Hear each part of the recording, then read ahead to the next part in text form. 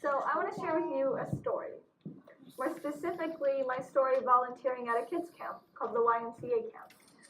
So when I first was going into this camp, my expectations were simple.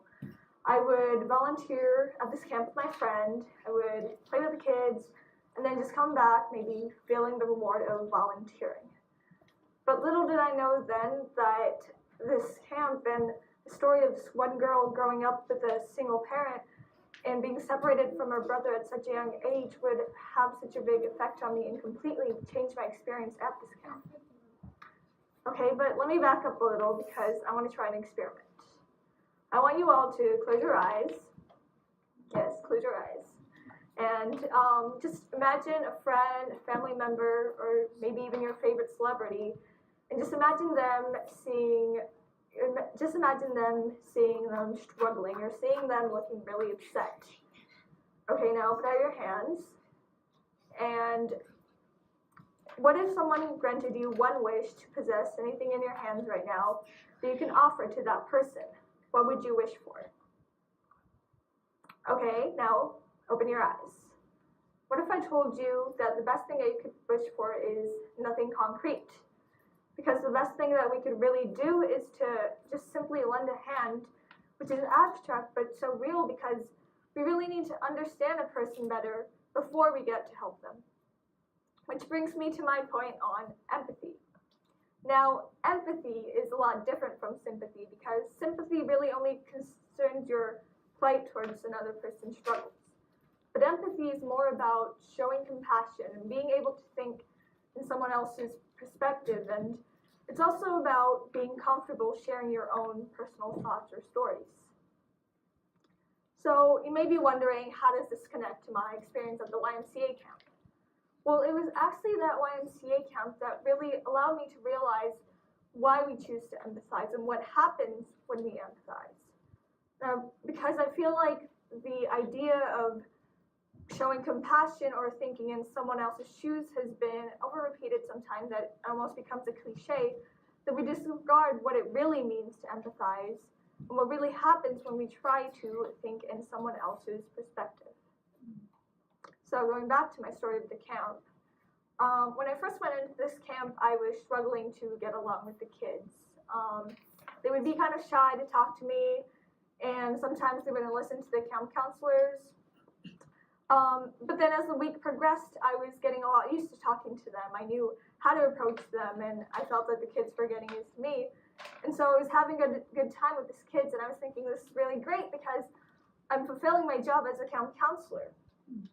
But then one day, this girl comes up to me. I was sitting outside, and this girl comes up to me with a paper and pencil in her hands, and she asks me, "Can you draw something for me?" And I tell her, "Sure. What do you want me to draw?" And she says, "A koala." So I'm kind of just sitting there on the bench, I'm drawing this koala. She's looking at me, just drawing, so I try to start small talk, and I ask her things like, "Are you enjoying the camp?" And she responds, asking me questions like, "When is your birthday?" or "Do you have any siblings?" So then I tell her, "I have an older brother. Do you have any siblings?" And then she says, "I have a younger brother, but I don't live with him anymore." And I ask her, "Why is that?" And she says, "I don't live with him anymore because I was separated when my parents divorced." Now, at that time, I really didn't know what to tell her. I was just in a bit of shock. So when I finished drawing this koala, she seemed really happy with the drawing. She thanked me for the drawing, and she went on to play with her friends.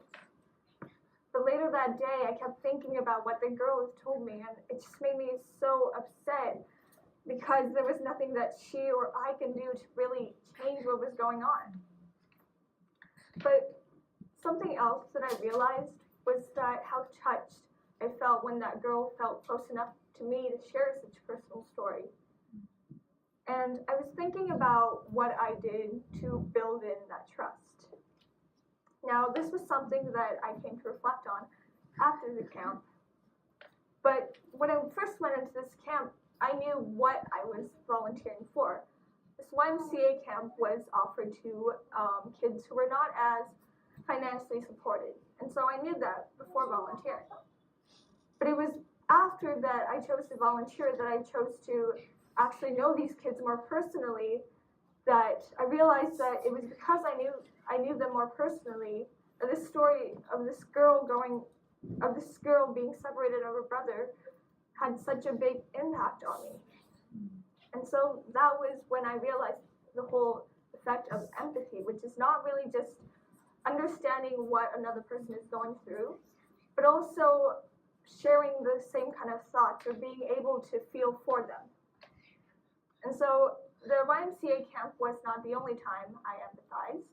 And in November, I went to Cambodia with some of my friends to help build schools there.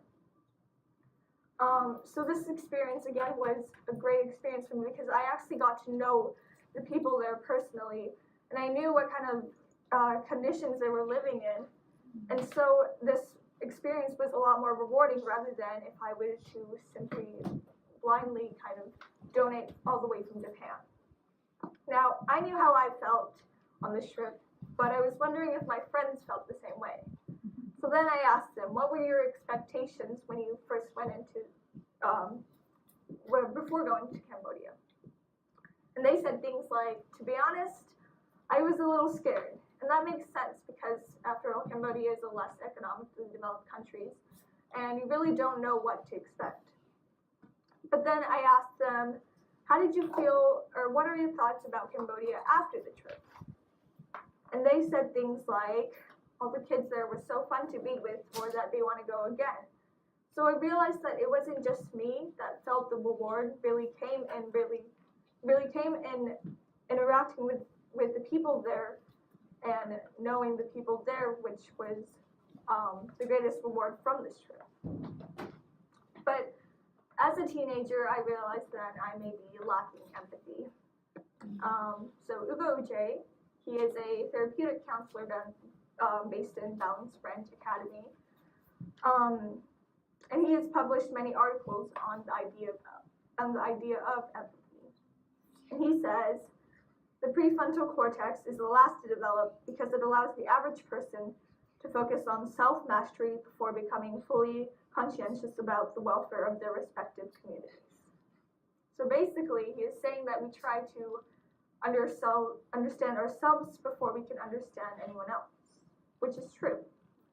But if we choose to develop empathy as a skill, and if we choose to interact with people more, then we can really improve in our skills to build relationship with other people. So what I hope you take away from my talk is to understand how we empathize, which really just comes in interacting with another person. But I also want you to notice, or what I also want you to take away from my talk, is to know how fulfilling it is for yourself when you choose to help others, when you choose to empathize. Because I feel that we have this misconception that empathy is really just supposed to make you feel sentimental without any discernment. But that's not true. So going back to my experience at the YMCA, I was thinking about what I could give back to the kids, or even the kids at Cambodia. And this talk was part of what I can do for them. Because if I can encourage more people to empathize more, then we can all feel the reward of involving in these voluntary activities. So take it from me when I tell you that empathizing is equally, and if not even more rewarding for yourself than it is for the other person. Thank you very much.